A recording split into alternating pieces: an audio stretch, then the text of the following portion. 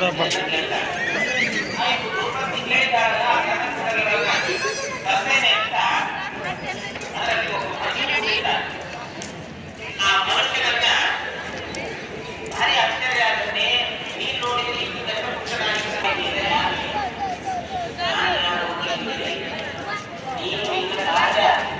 ಸಫಲ ಮಾಡಿಕೊಡ್ಬೇಕಾದ್ರೆ ನಾನು ಉಪಾಯ ಏನು ಉಪಾಯ ಗೊತ್ತಾ?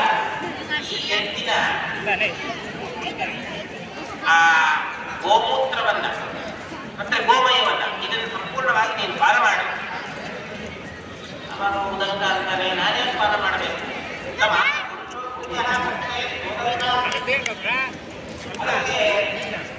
ಈಗ ನಿಮ್ಮ ಗುರುಗಳು ನಿಮಗೆ ಒಂದು ಯಾವುದೋ ಗುರುದಕ್ಷಿಣೆ ಕಾರ್ಯವನ್ನು ಮಾಡಬೇಕಾದ್ರೆ ನನ್ನ ಬಂದಿದ್ರು ಅವರಿಗೂ ಈ ಗೋಮಯ ಗೋಮೂತ್ರಗಳನ್ನು ತೆಗೆದುಕೊಂಡು ಮೇಲೆ ಅವರು ಕೂಡ ಗುರುದಕ್ಷಿಣೆಯಿಂದ ನಿರ್ವಿಘ್ನವಾಗಿ ಸಮರ್ಪಣೆ ಮಾಡಿದ್ದಾರೆ.